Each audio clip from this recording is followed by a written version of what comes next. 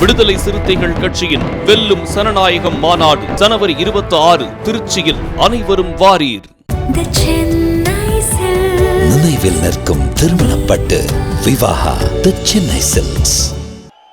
பலியிடப்படுவதெல்லாம் ஆடுகள்தான், சிங்கங்கள் அல்ல என்று பாபா சாஹேப் அம்பேத்கர் கூறினார். இன்று அவர் உயிரோடு இருந்தால் அதே வார்த்தையை கொஞ்சம் மாற்றி போட்டு பலியாவதெல்லாம் ஆடுகள் தான், சிறுத்தைகள் அல்ல என்று சொல்லியிருப்பார். வானிலே வெண்ணிலா, எதிரே அலைகடல். விடுதலை சிறுத்தைகளினுடைய ஆற்றல் எவ்வளவு பறந்திருக்கிறது என்பதை இங்கே வந்த பேச்சாளர்கள் எல்லோருமே சொன்னார்கள். இந்த கூட்டத்துக்கு அந்த பக்கத்தில் 2 கிலோமீட்டருக்கு வாகனங்கள் காத்து கொண்டிருந்தன. அதே போல தெற்கே இருந்து வருகிற அந்த சாலையிலே 2 கிலோமீட்டர் தொலைவுக்கு வாகனங்கள் காத்து கொண்டிருந்தன. உள்ளே வர முடியவில்லை. நான் 2 மணி நேரம் பயணித்து தான் இங்கே வந்தேன்.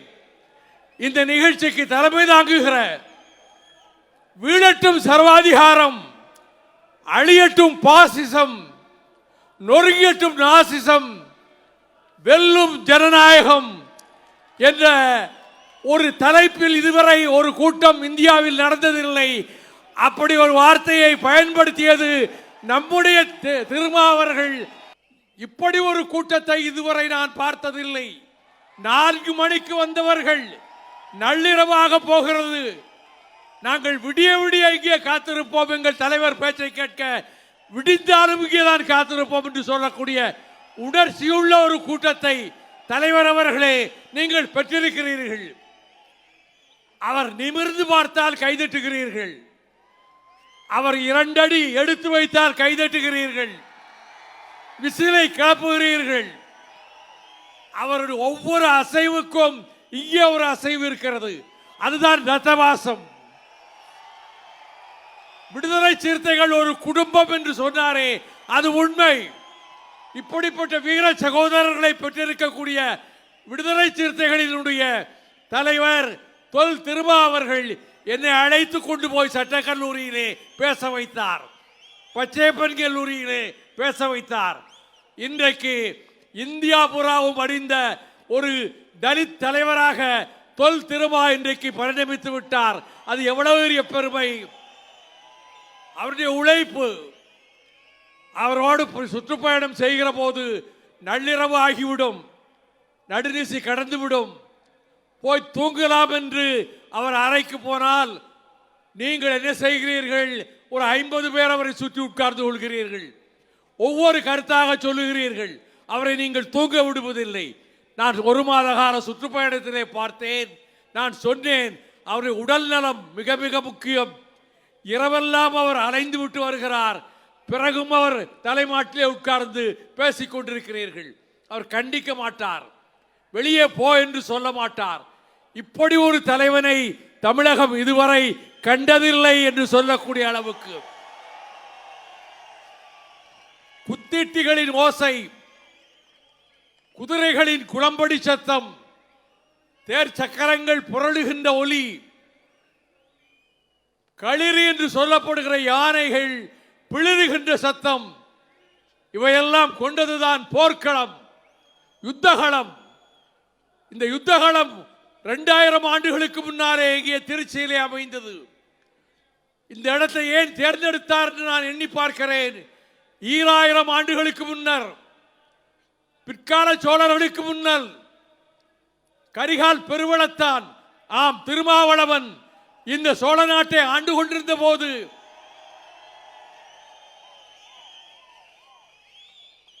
இது போர்க்கள மைதானமாக இருந்தது திருச்சி. உறையூரை தலைநகராக கொண்டு வாழ்ந்தார். அந்த உறையூர் போர்க்களங்களினுடைய இடமாக இருந்தது. விரட்டி கொண்டு வந்த வேட்டை நாயை திரும்பி எதிர்த்து பார்த்தது குறுமுயல் என்று பாஞ்சாலங்குறிச்சியிலே கேள்விப்பட்டிருக்கிறேன். அதே போல ஒரு காட்சியை சிலப்பதிகாரத்தினுடைய புகார் காண்டத்தில் நாடுகாட்காதையில் சொல்லுகிறார். முரஞ்சவி வாரணம் முன்சமம் முறுக்கி புறஞ்சிறை வாரணம் புக்கனர் புகுந்தன.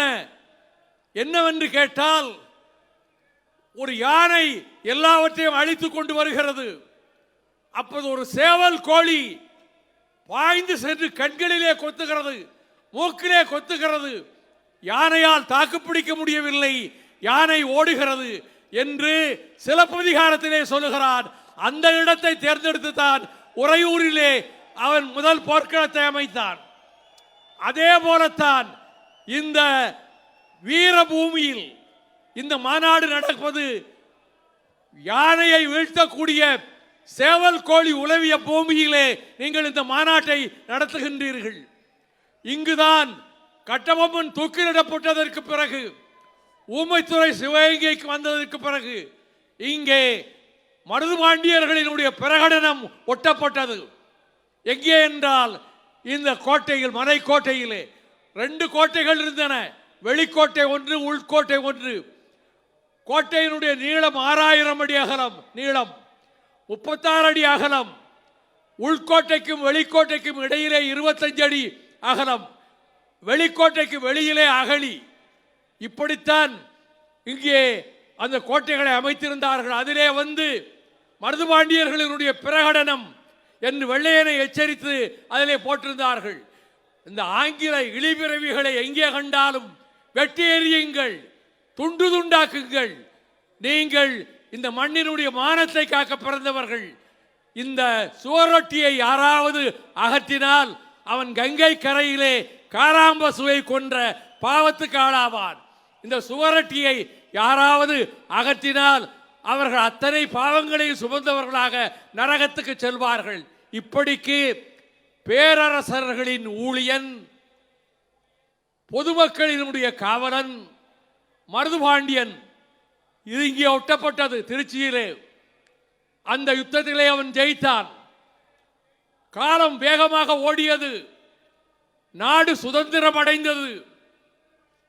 திராவிட முன்னேற்ற கழகம் 49 பிறந்தது. ஆனால் முதல் பொது தேர்தலிலே போட்டியிடவில்லை. அண்ணா அவர்கள் போட்டியிட அனுமதிக்கவில்லை, திமுக போட்டியிடவில்லை. ஆனால் 56 திராவிட முன்னேற்ற கழகத்தின் 2வது மாநில மாநாடு இந்த திருச்சியிலே தான் நடைபெற்றது. அன்றைக்கு அந்த மாநாடு எப்படி இருக்கும் என்று நான் இன்றைக்கு கற்பனை செய்து பார்க்கிறேன். இன்று நம்முடைய திருமான் நடத்துகின்ற மாநாட்டை போலத்தான் அவர் இந்த மாநாடு இருந்திருக்கும். அந்த மாநாட்டில் அண்ணா அவர்கள் சொன்னார்கள், நாம் தேர்தலில் போட்டியிடுவதா இல்லையா என்பதை தீர்மானிக்க வேண்டிய நேரம் வந்துவிட்டது. போட்டியிட வேண்டும் என்கிறவர்கள் சிவப்பு பெட்டியிலே ஓட்டு போடுங்கள், போட்டியிட வேண்டாம் என்று நினைப்பவர்கள் கருப்பு பெட்டியிலே ஓட்டு போடுங்கள் என்று 2 பெட்டிகள் வைக்கப்பட்டன. 56,942 பேர் தேர்தலில் போட்டியிட வேண்டும் என்று வாக்களித்தார்கள். வெறும் 4,203 பேர் தான் தேர்தலில் போட்டியிட வேண்டாம் என்று ஓட்டளித்தார்கள். அந்த ஜனநாயக அடிப்படையில் தான் திராவிட முன்னேற்ற கழகம் 57 தேர்தலிலே போட்டியிட்டு அண்ணா அவர்களே சட்டமன்றத்துக்கு சென்று 15 பேர் முதலிலே சென்றது இந்த திருச்சியிலே எடுக்கப்பட்ட முடிவுதான். அதை போல வெல்லும் ஜனநாயகம் என்று இன்றைக்கு நீங்கள் அறிவிக்கின்றீர்களே, இது எதிர்காலத்திலே பேசப்படும். திருச்சிக்கு பக்கத்தில் இருக்கக்கூடிய ஒரு பெரிய மைதானத்தில் ஒரு மாநாட்டை திருமாவளவன் கூட்டினார். லட்சக்கணக்கான சிறுத்தைகள் அதிலே கலந்து கொண்டார்கள். அவருடைய முடிவு தேர்தல் களத்திலே பாரதிய ஜனதா கட்சியும் RSS கூட்டமும் இந்துத்துவா கூட்டமும் வீழ்த்தப்பட்டது. இங்கே சீதாராம் யெச்சூரி அவர்கள் பேசினார்கள். அவர்கள் அவசரமாக செல்ல வேண்டி இருப்பதனாலே போய்விட்டார்கள். அவர் ராஜ்யசபாவிலே இருந்து 6 ஆண்டுகள் முடிந்தால் திரும்ப அந்த ராஜ்யசபாவுக்கு வருகிறோமோ இல்லையோ என்பதற்காக ஒரு பிரியாவிடை கூட்டம் நடக்கும். அதிலே ரிட்டையர்ட் ஆகின்ற எம்பிக்களும் பேசுவார்கள், மற்றவர்கள் அவர்களை பாராட்டி பேசுவார்கள். 2017 ஆகஸ்ட் 10ஆம் தேதி சீதாராம் யெச்சூரி அங்கே பேசினார். அவர் அதோடு ரிட்டையர்ட் ஆகிறார். அவருடைய காலம் அந்த வருஷத்தோடு 6 வருஷத்தோடு முடிகிறது. அப்பொழுது சொன்னார், நான் தென்னாட்டு பிராமண குடும்பத்திலே பிறந்தவன். ஆனால் என்னுடைய தந்தையார் கல்யாணம் முடித்தது ஒரு இஸ்லாமிய தந்தைக்கும் இந்த ரஜபுத்திர வம்சத்தைச் சேர்ந்த பெண்ணுக்கும் கல்யாணம் நடந்தது. அவருடைய மகளைத்தான் நான் திருமணம் செய்திருக்கிறேன். இப்பொழுது நான் கேட்கிறேன், நான் யார்? என் மகன் யார்? என் மகன் பிராமணனா, இந்துவா, முஸ்லிமா? அவன் யார்? அவன் இந்தியன். இதைத்தான் நான் இங்கே சொல்ல வந்தேன் என்று நாடாளுமன்றத்திலே பேசினார். அப்படிப்பட்ட பேச்சுக்கள் அடங்கிய சீதாராம் யெச்சூரி சொன்னார், இப்படி ஒரு கூட்டத்தை நான் இவ்வளவு நேரம் வரை உட்கார்ந்திருப்பதை பார்த்ததே இல்லை என்று சொன்னார். அதற்கு காரணம் சிறுத்தைகளினுடைய கட்டுப்பாடு. அது மட்டுமல்ல, 4 மணிக்கு வந்தவர்கள் இங்கே அமர்ந்திருக்கிறார்கள். அதைத்தான் சொன்னேனே, அசைந்தால் கைதட்டுகிறீர்கள். திருமாவளவன் 4 அடி இங்கே எடுத்து வைத்தால் நீங்கள் துள்ளி குதிக்கிறீர்கள். இத்தகைய ஆற்றல் பெற்றிருக்கக்கூடிய திருமாவர்களே 2022 அலகாபாத் இப்பொழுது இவர்கள் என்ன பெயர் வைத்திருக்கிறார்கள் என்று சொன்னால் பிரயாக் நகர், பிரயாக்ராஜ் நகர் என்று அதற்கு பெயர் வைத்திருக்கிறார்கள். அங்கே ஒரு மாநாட்டை நடத்தினார்கள். அந்த மாநாடு இந்துத்துவ மாநாடு. இந்து ராஷ்டிரத்தினுடைய அரசியல் சட்டத்தை வரையறுக்கிற மாநாடு. இந்து ராஷ்டிரத்தை வரையறுக்க போகிறோம் என்று அவர்கள் 32 பக்கம் கொண்ட ஒரு டாக்குமெண்ட், ஒரு கோப்பினை தயார் செய்து வெளியிட்டார்கள். அதில் என்ன சொல்லுகிறான் தெரியுமா? ஆட்சிக்கு வருவோம், இந்தியா என்கிற பெயர் மாற்றப்படும், பாரதம் என்று அழைக்கப்படும், தலைநகர் மாற்றப்படும், டெல்லி மாற்றப்படும், வாரணாசியிலே தலைநகரை வைப்போம். இந்துக்களுக்கு இருப்பதை போல முஸ்லிம்களுக்கு ஓட்டு கிடையாது, வாக்குரிமை கிடையாது, கிறிஸ்தவர்களுக்கு வாக்குரிமை கிடையாது. அது மட்டுமல்ல, அங்கே என்ன விதமான சட்டத்திட்டங்கள் நிறைவேறும் என்றால், பழைய துவாரகா யுகம், திரேதா யுகம் அதிலே இருந்த நடைமுறைகளின்படிதான் சட்டம் நடக்குமே தவிர இன்றைக்கு இருக்கிற அரசியல் சட்டம் தூக்கி எறியப்பட்டுவிடும். இப்படி அரசியல் சட்டத்தை கொண்டு வருவோம். அங்கே குருகுலம் தான் உயிர் மூச்சாக இருக்கும். சமஸ்கிருதமும் இந்தியும் தான் ஆட்சி மொழிகளாக, ஆதிக்க மொழிகளாக இருக்கும். சோதிடம், கணிதம் போன்ற வேதங்கள் கற்பிக்கப்படும். இது இந்த 2022 ஆண்டு, ஏறத்தாழ 1.5 ஆண்டு காலத்துக்கு முன்னர் 2022 பிப்ரவரி மாதத்தில் அலகாபாத் நகரிலே அதனுடைய பிரயாக்ராஜ் நகர் என்று பெயரை மாற்றி இதைத்தான் நாங்கள் கொண்டு வரப்போகிறோம் என்று சொல்லியிருக்கிறார்கள். இதுதான் பேராபத்து. டாக்டர் அம்பேத்கரிடத்திலே போய் கேட்டார்கள், என்ன நடக்கும்? டாக்டர் அம்பேத்கர் அவர்கள் தொலைநோக்கு பார்வையோடு சொன்னார், இந்து ராஜ்யத்தை அமைப்பதற்கு துடிக்கிறார்கள்.